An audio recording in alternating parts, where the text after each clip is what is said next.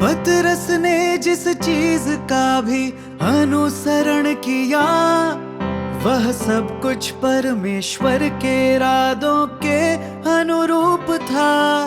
वह परमेश्वर के इरादे पूरे करने का अनुसरण करता था, और भले ही उसे कठिनाई और विपत्ति सहनी पड़े, तो भी वह हर हाल में परमेश्वर के इरादे पूरे करने का इच्छुक था। परमेश्वर के किसी विश्वासी द्वारा इससे बड़ा कोई अनुसरण नहीं है। पौलुस ने जिस चीज का अनुसरण किया, वह उसकी अपनी देह, अपनी धारणाओं और अपनी योजनाओं तथा साजिशों से दूषित थी। वह किसी भी तरह मानक स्तर का सृजित प्राणी नहीं था। वह कोई ऐसा व्यक्ति नहीं था जो परमेश्वर के इरादे पूरे करने का प्रयास करता हो। पतरस खुद को परमेश्वर के आयोजनों की दया पर रखने का अनुसरण करता था, और यद्यपि उसने जो कार्य किया वह बड़ा नहीं था, फिर भी उसके अनुसरण के पीछे की प्रेरणा सही थी, और वह जिस पथ पर चला वह सही था। यानी भले ही वह बहुत सारे लोगों को प्राप्त नहीं कर पाया, फिर भी वह सत्य के मार्ग का अनुसरण कर पाया। इसी कारण से कहा जा सकता है कि वह मानक स्तर का सृजित प्राणी था।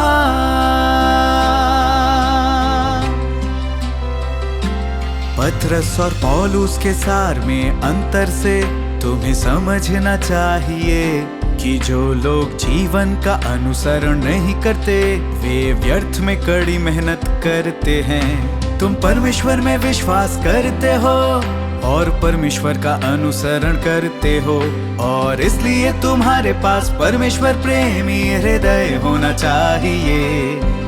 तुम्हें अपना भ्रष्ट स्वभाव जरूर छोड़ देना चाहिए। तुम्हें परमेश्वर के इरादे पूरे करने का अनुसरण अवश्य करना चाहिए, और तुम्हें सृजित प्राणी का कर्तव्य अच्छे से निभाना ही चाहिए।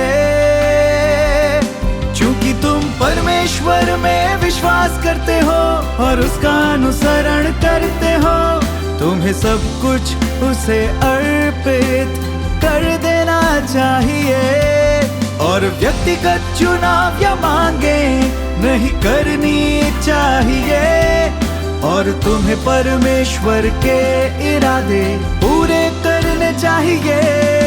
क्योंकि तुम एक सृजित मनुष्य हो, इसलिए तुम्हें उस प्रभु के प्रति समर्पण करना चाहिए जिसने तुम्हें सृजित किया है। क्योंकि तुम खुद को नियंत्रित करने में स्वाभाविक रूप से असमर्थ हो, और तुम्हें अपनी नियति को नियंत्रित करने की कोई स्वाभाविक क्षमता नहीं है। क्योंकि तुम ऐसे व्यक्ति हो जो परमेश्वर में विश्वास करता है, इसलिए तुम्हें पावनीकरण और परिवर्तन का